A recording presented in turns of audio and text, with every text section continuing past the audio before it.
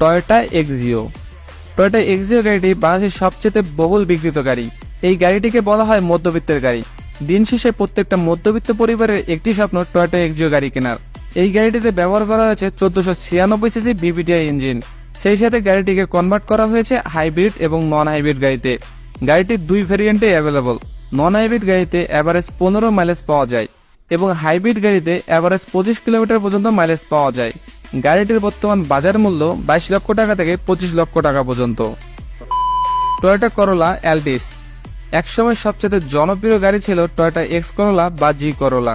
2000 সালের পর থেকে শুরু করে 2006 সাল পর্যন্ত সবচেয়ে বেশি বিক্রিত গাড়ি হল টয়োটা করোলা। এরপর থেকে আনুষ্ঠানিকভাবে টয়োটা করোলা প্যাকেজ গাড়িটি বাজারজাত বন্ধ করে দেয় এবং রিসেন্টলি টয়োটা তাদের করোলা প্যাকেজের গাড়ি প্রোডাকশন শুরু করে। এর ধারাবাহিকতায় তারা টয়োটা করোলা অ্যালটিস গাড়িটি বাজারজাত করে। গাড়িটিতে ব্যবহার করা হয়েছে 1496 সিসি ইঞ্জিন এবং গাড়িটির বাজার মূল্য রিকন্ডিশন 29 লক্ষ টাকা।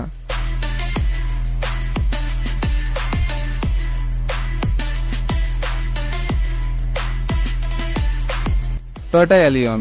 টয়োটা এলিয়ন রক্ষণাবেক্ষণ খরচ, জ্বালানি অর্থনীতি এবং নির্ভরযোগ্য দিক দিয়ে এটি টয়োটার অন্যতম একটি গাড়ি।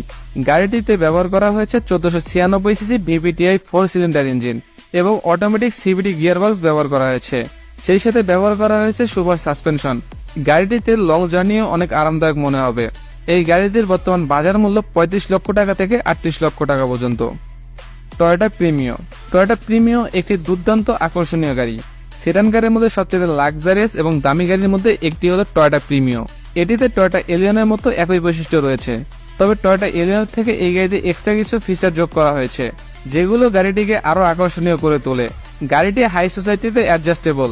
এলিয়ন বা প্রিমিও 2001 সাল থেকে প্রোডাকশন হলেও এই গাড়ি দুটিতে বর্তমানে আরো উন্নত ফিচার যোগ করা হয়েছে, যার ফলে গাড়িটির সেফটি বৃদ্ধি পেয়েছে। বর্তমানে টয়োটা প্রিমিও এর বাজার মূল্য 38 লক্ষ টাকা থেকে শুরু করে 42 লক্ষ টাকা পর্যন্ত। তো বন্ধুরা, বাংলাদেশের টয়োটার জনপ্রিয়তা সবচেয়ে বেশি হওয়ার মূল কারণ হচ্ছে টয়োটার সকল গাড়ির পার্টস অ্যাভেলেবল, যার ফলে টয়োটা বাংলাদেশে অনেকাংশ দখল করে রেখেছে এবং গাড়িগুলো রিজনেবল প্রাইসে পাওয়া যায়। তো যাই হোক, এই গাড়িগুলোর মধ্যে আপনার পছন্দের গাড়িটি কোনটি আমাদের কমেন্ট করে জানান। সেই সাথে ভিডিওতে লাইক করতে ভুলবেন না এবং যাবার আগে আমাদের চ্যানেলটিকে সাবস্ক্রাইব করে ফেলুন। দেখা হবে আবারও গাড়ি রিলেটেড নতুন একটি ভিডিও নিয়ে। ততক্ষণ পর্যন্ত সুস্থ থাকুন। আল্লাহ হাফেজ।